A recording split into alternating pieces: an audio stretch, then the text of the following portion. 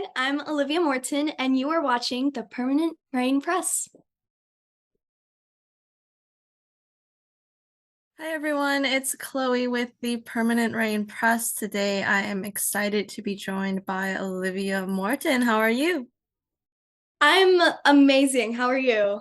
I'm doing well, thank you. I'm really looking forward to talking about some projects you've been a part of as of late. But before we get into each individually, I wanted to start by asking you about your love for the arts and that initial spark that made you want to pursue the arts as a career. I've just been creating nonstop ever since I was little, and I actually had a little helping buddy. So I had an imaginary friend, and his name was Little Worm. He was an actual little worm, and in my mind, we'd perform concerts together, and just like outside on my balcony, and I'd be like, okay, so tonight I'm singing, and I'm here with my imaginary friend, Little Worm, and and whenever I watched movies, I would reenact scenes and Little Worm would always be there with me. And so he was just a part of my imagination and a part of that growth. And yeah, I've just always been creative and born this way. That's adorable. I have to say that story. And it always kind of circles back to these little moments that you really remember. I know that you had an interest in photography. You were also always posing your Barbie dolls. So that's another kind of creative outlet for you. Yeah, I went into a little phase where I made Barbie clothes. So I'd go to the store, get some fabric, and my mom knows how to knit, crochet, sew. She's very artsy, so it kind of like runs in the family. So she taught me a couple of tricks, and I put clothes on my Barbies. We went to the park, and I thought I took the best pictures ever, and they were awesome. I had a lot of fun doing it. I'm curious, like, what were some of your favorite TV shows, movies growing up, or even now that you like to come back to? I love Shameless, Phantom of the Opera. That's one of the that was actually one of the movies, and there was a scene in there where I would recreate it. It's where Christina would faint when she saw the dress. So I would pause it, I'd run to my closet and grab like this cute little princess dress, and then I'd press play and I'd be like, okay, mom, catch me. And then I'd faint just like so dramatically. Um, yeah, I loved recreating that scene. Let's see what else. Oh, I love Chitty Chitty Bang Bang. That's like an all-time favorite. And then when I was little, I loved SpongeBob and Scooby-Doo. Those were like, I think those are forever gonna be my favorites. Like even if I'm 40 years old and one of my friends goes like, "Hey, you want to watch an episode of SpongeBob or Scooby-Doo?" I'm in. I'm in. I'm always gonna watch them.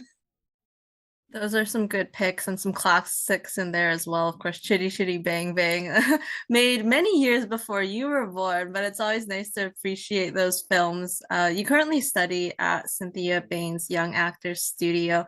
How have they helped you develop your skills, and what do you enjoy about your classes there? They're just every single time I go into a class, there's always amazing energy and such great and powerful like instructors. The teachers there, they're just so amazing and they really have a way with working with young actors. Um and it's so amazing to be into that class and especially to be in a class where there's young actors my age as well and they're very professional, but they're still like, they still like to have fun with it. And I think, there's a lot of good actors and actresses out there that are really great with multicam. And I think that's kind of what I struggle with a little bit. So whenever I ask them for help with multicam, they're like always on it. And I love that class so much. It's great to be able to ask these questions and grow more as an artist, which I'm sure you're doing. And they have such incredible alumni like Jenna Ortega, Haley Steinfeld, Zachary Arthur, Mary Mauser. Does it make you excited to kind of follow in their footsteps and maybe that kind of career path? Yeah, it makes me beyond excited. But at the same time, like I'm I've always been like in my own little lane. Like I love having like I love knowing that they've taught these people and now they're out there having a household name. I would love to have a household name like they do. But I'd always just thought of me like going into my little path of mine. So, That's great because, like you kind of allude to, you don't want to necessarily compare yourself to others. Like it's right. nice to kind of dream big, but also carve your own way, which I think you're Exactly. slowly doing that, especially as you're starting into getting more projects under your resume. And you have some incredible female role models in your life, including your mother, your two older sisters. How have they and your family really inspired and shaped you as a person? Well, my mom has been by my side, like she's been there every single step of the way, and I love her so much. I wouldn't be here today without her. Um, and it's just like all four of us, whenever we get together, we just like laugh off and goof around. And we'd have fashion shows. So like I would go through my sister's closets and find like the most ridiculous stuff. And they'd go through mine, even though if they like couldn't fit in it. Cause when we used to do that, I was like 6 or 7. And then they do my makeup and we all do each other's makeup and we'd have a lot of fun as a family. Now I think at least one of your sisters, you're an aunt. Would you say that you're a fun aunt to your nephew? I would say I'm a really fun aunt. I have another nephew on the way, so now I'm going to be an auntie to two boys. I'm really excited, and it's like I can't believe this is happening. I feel old. I feel old. At the young age But of, I think you're like th 13 or 14 years old. I'm 14, yeah. Your film debut was in the short psychological horror, and yet they speak, where you play a young Alex. This is a film that's, I think, currently still in post-production and development. What can you share about this project and its story? First of all, it was a very fun project to film, but it's like it's kind of creepy and gory. It's like in that element. But Wendy Marshall, her son Skylar, he wrote the script while he was in high school. So it was a minor project and but it was kind of like a family project. Um and it was very fun to film, but no spoilers or anything. But it's like where I had to scream in it, and because it was about this woman who's trying to like go reach into her memory and try and figure out like why she's hearing like all of these kinds of noises. And yes, I do play a young version of her, and it's just kind of like how that story builds. So it's like a mystery as well, and I love mysteries. So yeah, that was very interesting. And the person who played my mom, Jennifer Marshall, she was also Max's mom in Stranger Things, Sadie Sink's mom. So I think it's very cool to have that connection with her. So, and I've always loved Stranger Things too. So yeah. That is a great connection to have, and I'm excited. I looked on their Instagram page to see, kind of behind the scenes photos. I know that I think you got to film in like a hospital like set. So being one of your first film sets, like what do you kind of remember? I know this was some time ago, but what did you learn from that experience? What do you remember from some of the sets that you were on? Um, Being in the hospital was definitely creepy. It was very interesting though. It's because like hospital has many floors, but then it's like some of the lights were turned off because like some of the lighting situations. But it was like spooky. But I loved being in that environment. There was also a cabin that we filmed in. So we'd like drive up the road, I don't know, a couple miles, and then you just get to this cabin, and it's like you'd go on the balcony and you'd look out, and there'd be just trees surrounding you. And I remember at nighttime, I looked out, and there was like a million like little eyes just looking at you, and they were all raccoons. Um, but it was like it's such a memorable experience, especially since it was my first movie that I filmed, and I will never forget any of those days. And what was it like working with Wendy Marshall, your director? She was so sweet. Actually, she let my mom and I stay in her house while we were filming.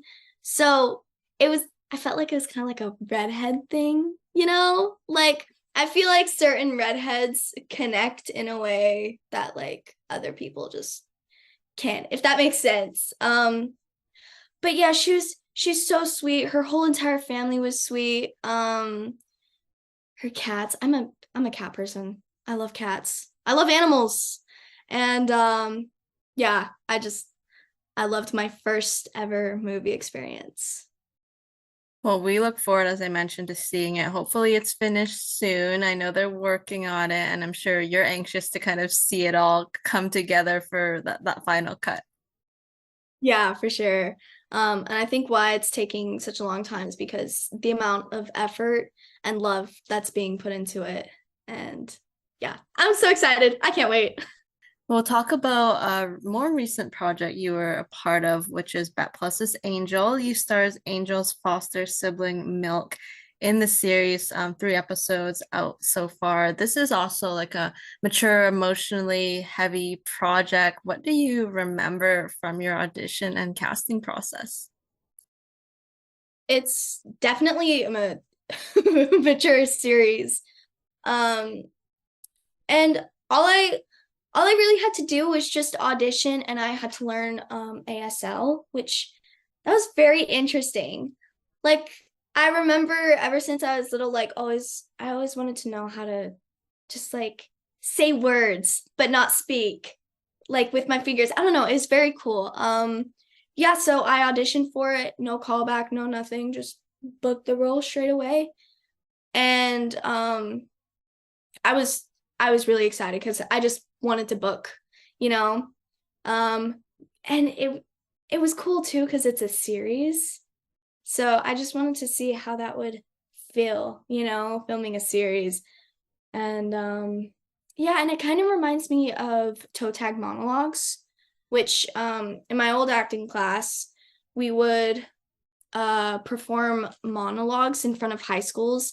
And it's like it's really heavy material because it's about like kids who've committed, and it's just a very sad topic. And I feel like that's kind of what this series is. It's about these four sisters on a run, and they're all fighting for each other. Did it make you excited to be a part of this project, maybe to kind of give you that challenge? Yes. And I'm very grateful that I booked it because it let me know as a person that it's like I'm capable for it. You know, it's like, okay, you've been it's kind of like an award. Like you've been awarded this challenge. It's like, okay. So, yeah, I love it. And the sign language ASL also gives you, I'm sure, like a new way to communicate with others. So it's like a new skill, but it's so, I think, like crucial to have. Yeah. Um, and it's like I can only use my facial expressions and my body to communicate.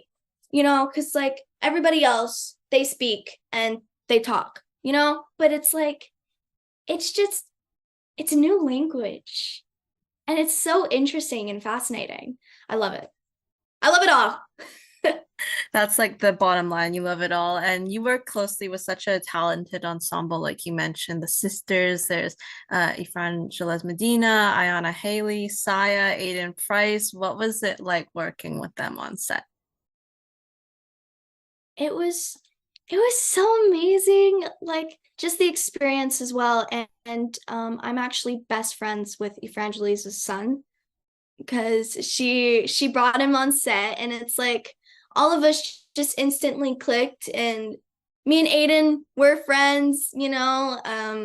We all just have like a great connection. And I also want to say that Elise Neal, she's the one who played the foster mom. She was also in Scream 2, and she was amazing too. She was just outstanding. And watching the first three episodes for the first time because you're part of these scenes, but seeing it all come together, and I mean it's a rough go for some of these characters. What was your initial reaction? Um, I was very sucked into it, but I felt like it was good to not criticize, because sometimes when I'm doing a self-tape, like I would look back at it and then I'd be like, okay, I can go back and fix this, which normally for a self-tape we can. But it's like film the movie, it's out, it's on screen, you can just like click a couple buttons on your TV and watch it. And it's like, I think it's just very good to just watch myself and not critique myself, and just like see it all brought together. That's an excellent and I think healthy mindset to have because you really don't want to kind of ruminate and go back and always think about what you maybe could have done better. Like you just want to enjoy the work that you did put out there, which was amazing, I have to say. And I'm curious, like, what did you think about Evangelise's performance as Angel and watching her vulnerability on screen? She was she was outstanding. Like, her performance is just absolutely amazing, and it's so real. It felt so real, and I feel like some movies today, they just feel a little bit fake, but hers was real, and it's like you could really tell that the connection was there. And that's why it was so fun to be on set with her as well, and along with all of the other cast members. What did you enjoy about playing your character, Milk? Like in terms of getting into character, what did you think about? What inspired you about her role in this story? So Milk has definitely been through a lot, and I feel like as an 11-year-old, it's kind of hard, you know? Especially like to get into that kind of mindset and state of like, okay, well, I've been dropped off at this um terrible foster home, and now we're on the run, and it's just like Milk is tough though, you know? And I think my favorite thing about her is that she's not scared. Like, she might be a little bit, but she's letting other people know that she's a fighter, and that she can do this. And I I can't relate to her, but I just imagined what it would be like to be in her situation, and that's why I'm so grateful. I love that you mentioned she's a fighter, and towards like the end of the third episode, we kind of see that she wants to come into her own and kind of stand up for herself and be her own person. And I'm curious, were there more than the three episodes that were filmed? No episodes have been filmed yet, but I hope so. I want I want more. I think a lot of people want more of this show, and I'm curious, like, if you are brought back to play Milk, what more would you like to explore with her character and her story? I kind of see her like doing kickboxing. And when I booked this role, I wasn't doing karate at first. So after I got done filming, I was like, it'd be really good for me to like do something physical, like take an actual class. And so I started doing karate, and I've learned so much. And I feel like it would be really good to bring that to the table. And I feel like Milk could also be like the hero, something in Green Arrow. Like she's the Green Arrow, and just like a vigilante type of situation. And there's so much more, like you mentioned, that could be explored with the story with all these characters. And I mean, that's really exciting to hear that you took up kickboxing, karate, and you're a purple belt in karate, I believe. I'm actually a blue belt, so I just moved on. Yeah. Congratulations. Thank you. Thank you. And in addition to kind of karate, you've taken up so many different activities and sports over the years, like archery, dance, swimming, horse riding, rollerblading. What do you love about being involved in all these different sports? There's just so much activity that's involved. And ever since I was little, I just love to be out and be creative and just be doing stuff. So, I've always had a love for animals and I've always wanted to ride horses. And that's why I love riding horses too. And it's just like, um, yeah, I love it. I love it all. Rollerblading, roller skating. I love being outdoors. If you had to pick one, do you have a favorite of all the sports that you do? And if so, like, what do you like about it? How does it make you feel? I love doing karate. It's like I do it 3 times a week. Two of the classes I would do it, and then I would help out with like the little kids class on Fridays. And I have an amazing sensei because he believes in me. And I think that's really special. And especially with the guitar too, he teaches me how to play the guitar. So it's like I'm I would say I'm pretty good with playing the guitar, but it's like I just have YouTube if I didn't have him. So he's awesome. I just love karate and guitar and yeah. So you have the same sensei, you have the same teacher for both? Yeah. That's incredible. You must spend like a lot of time learning learning from him. Yeah, he's an incredible person. And on that topic of music, I mean, guitar, you also sing, you've been learning DJing, so you've been so busy because I think it's one thing to, love music and activity, but another to really want to learn a new skill, which is what you're doing. Musically, who else are you inspired by and why? Um Again, like ever since I was little, I've just been listening to music and I thought I don't know, it's just like a year ago when I took up DJing and singing and guitar, just like I can listen to it too. And as much as I love listening to music, like why not create some as well? Um, and it's like whenever I go over to my grandparents, they'd be listening to the Beach Boys, and then I'd go over to my sister's house and they listen to like Mac Miller, Billie Eilish, and then in like my own little world, I'd like to listen to rock, so like AC/DC, Deftones. So I just have like a mix of music that I like, and I think that's very good to have such a wide variation. I love that answer, and it's good to keep kind of your options open, especially when you're making music. You want to be kind of versatile, and you want to be able to perform in the music that you want to do. And DJing, you were recently at a local restaurant getting to Yeah. get on the DJ decks. Tell me a bit about that. Um, it was definitely an experience. It was blood pumping. I was like, oh yeah, I'm hyped for this. I'm ready to do this. Let's go. But it's like the restaurant wasn't that busy, so it was okay. But it's just like I got behind the desk and it's like I had my DJ teacher, Will, standing right next to me. So it was like I had his support if I had any questions. And so I was just up there killing it. And it was really fun. I definitely want to book another gig at a restaurant and just go for it. As you slowly get to, I guess, perform in front of more crowds, even if it's a restaurant setting, it can only kind of grow your confidence and your abilities. Yeah, for sure. And if like it's awesome that I like practice at home, but it's good to get a feel, like to know what it feels like just to perform in front of people.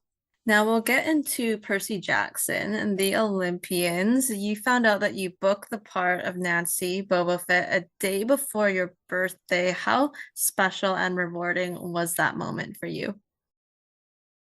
It was a dream come true. I like right after I got that phone call, I started crying. But then until I got to Vancouver, it took me that whole time to kind of like realize what? I was like still shocked and surprised. And it was so amazing to get it was just the best birthday present ever. And it's definitely a memorable moment that I will have forever. What can you say about like your audition casting call? How did that role come to you and like what made you want to be a part of this project? So, I watched all the movies and then I got the audition for Annabeth. And so my mom and I we were like, okay, it's time to like get the books and like we can do a deep dive into these characters. So as we were reading the books, we looked at Nancy and we were like, huh. Cause like, you know, like Cheeto dust his freckles, like bright red hair. We were like, okay. So I auditioned for Annabeth. We didn't hear anything for a little while. And then I got an audition for Nancy Bobofit. I jumped up and down. I was so excited. I was like screaming. I was like, ah! So they're giving me a second chance at this. And I'm like, okay, I'm gonna bring it. I'm gonna bring my meanness to the table. And I did. And I booked it. That's such a lovely story to hear because, one door kind of closes, you don't hear back. You might be like maybe a tad disappointed, but other doors seem to open up and they clearly remembered you from the first audition. They're like, maybe she would be good for Nancy. Yeah, I got a call back for it as well. And I was even more excited about the callback because it went super well and I was really proud of my performance. For Nancy, we know from the book she is not a kind person. She's a teacher's pet, bully to Grover, kleptomaniac. From what was released for this upcoming series, we know that she gets particular pleasure from picking on Percy. How much fun did you have with this character? Like, I know you did a deep dive in the novel, so what kind of stuck out to you? So it was definitely a lot of fun to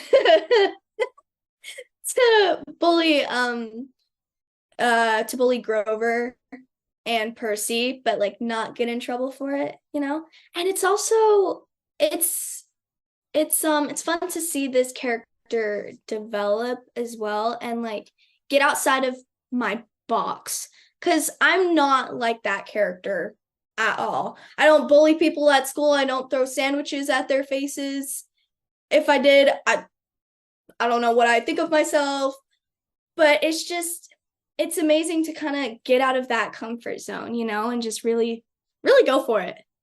I'm excited to see her be a menace in the show. I can tell that you are very, very far from your character, but like you mentioned, the sandwich throwing. I mean, I think I speak for a lot of fans when I say I hope I get to see that in this series. Of course, scenes tight-lipped. You probably signed so many NDAs because this is such an anticipated show.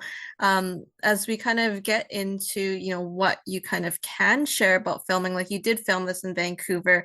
It is the same city where the 20th Century Fox Percy Jackson movies were filmed and new sets, new adaptation. But was it a little bit nostalgic, knowing that you were in the same city and having Rick Riordan also be a part of this? Um, it was definitely an experience, and I could tell that it was nostalgic for other people and especially the people on the set. And it's like right when I walked on set, I could tell that everybody had a smile on their faces. And it's like they could tell that they wanted to be there and that they loved it. And it was just truly an amazing experience. What can you tell me about Valencia and Peyton and what it was like building a friendship with those two? Because the three of you have a lot of photos together. It seems like you'll be a popular trio at Yancey Academy. Yeah, and I feel like if we're a popular trio at Yancey Academy, I felt like we were a popular trio in Vancouver. I felt like we were the queen bees. Like we'd all go walking together and we just walk down the street like, you know, like I felt like how we would in school.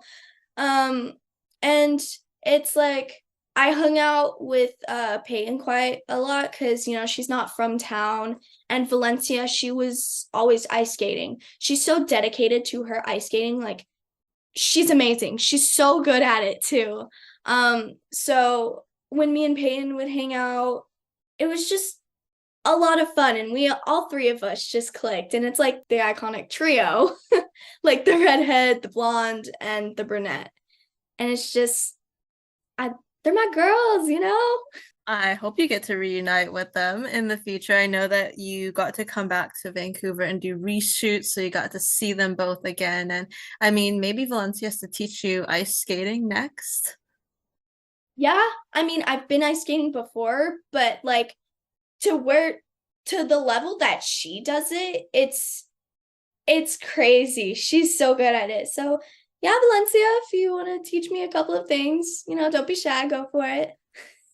You're open to anything, and it's really funny to hear that you were out in Vancouver really embracing your characters walking down the streets like you were on set. I mean, there's no better way to get into a character than doing it in the real world. Um, what can Exactly. you share about, or like what can you say about Walker, Aryan, Leah as people and how they embodied their characters? Like what can fans look forward to with this trio? Um, they're just they're all amazing and they're all such hard workers. So it's like being on set with them, they have to stay on top of their game, but at the same time, they also have fun with it.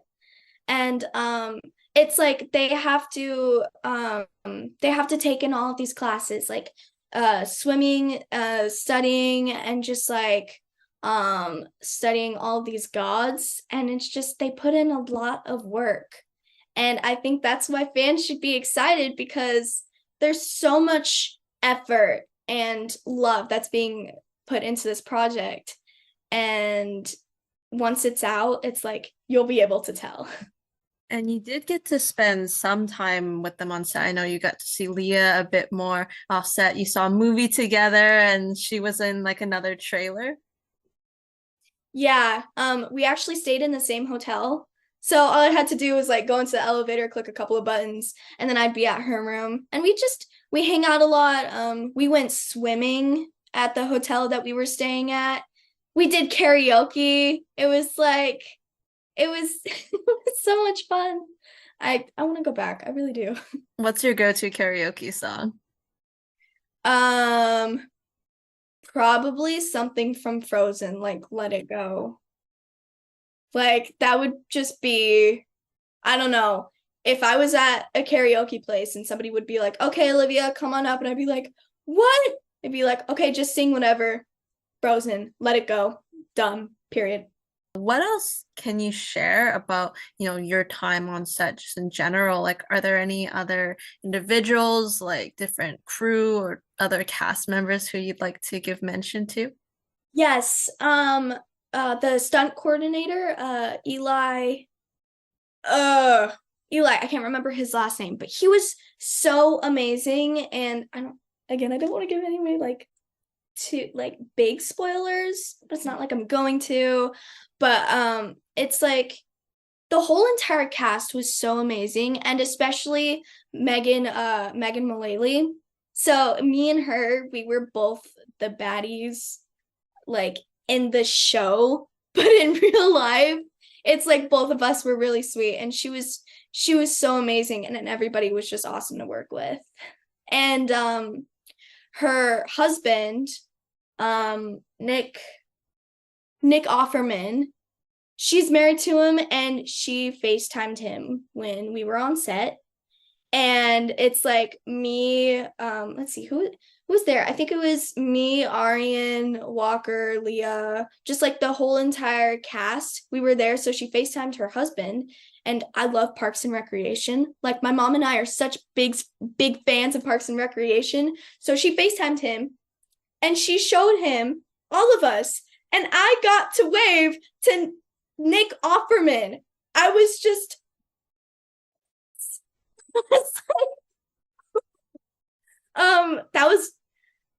that was an experience. I was like, I looked at my mom after, I was like,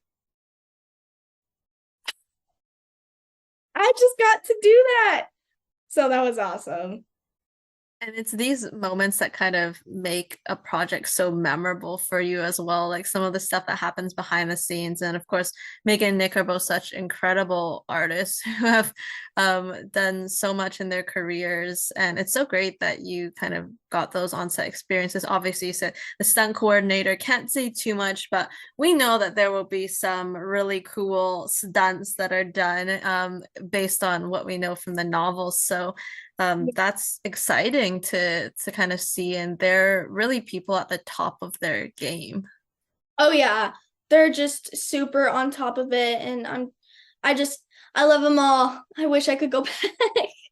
So in terms of, Vancouver, you spent some time in the city. What are some of your favorite memories from getting to explore, maybe spend time with your family around here?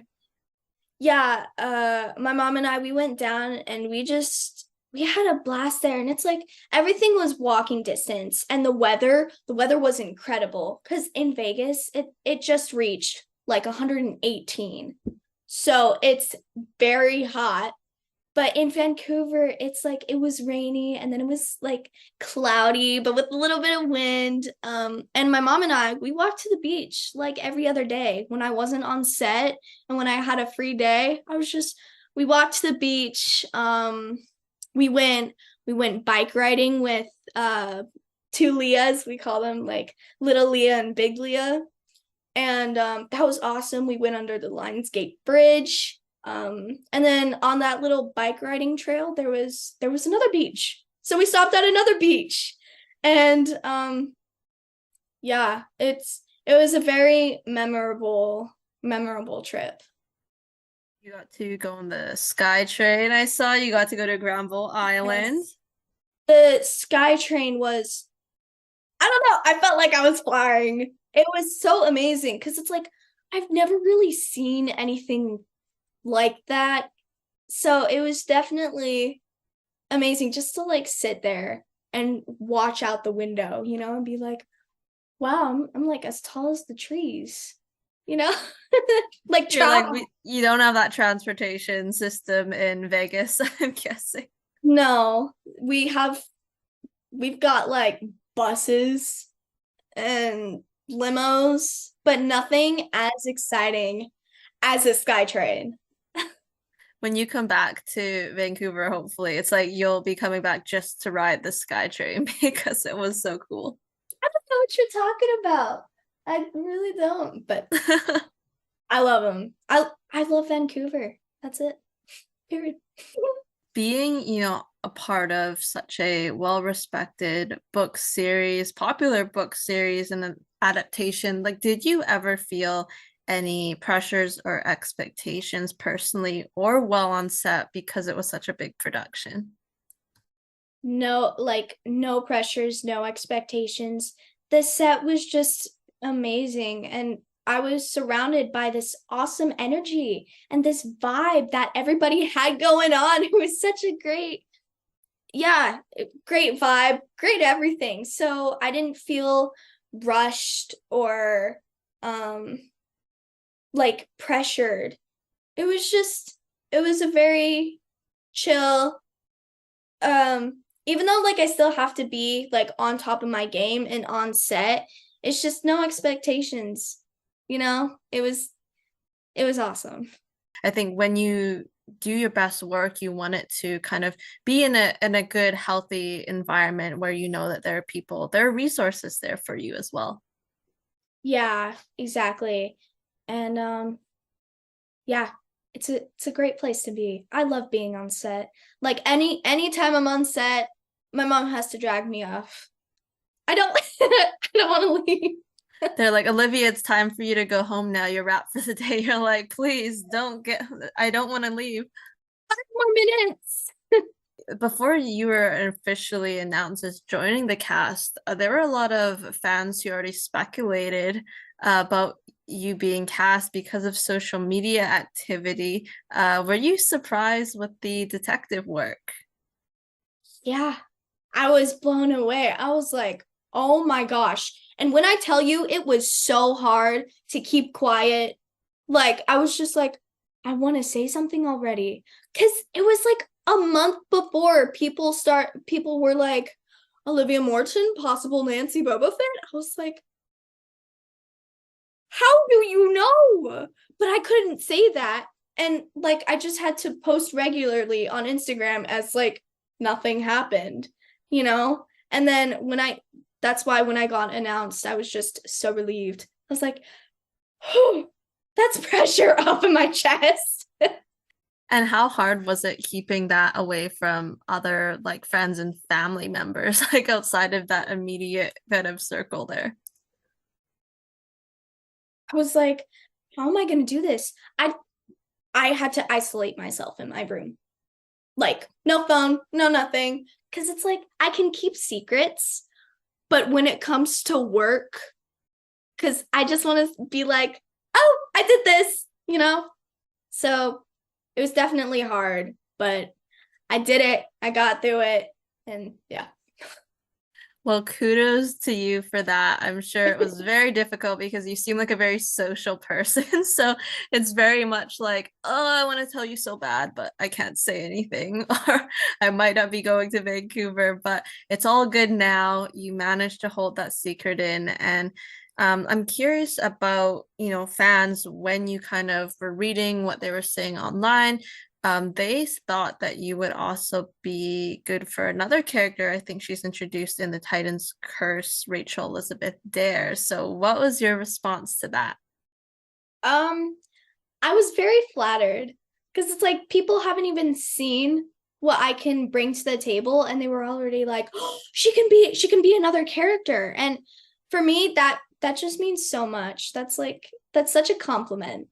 And since the news came out, you've gained a lot of new fans, specifically on Instagram. What does that support meant to you?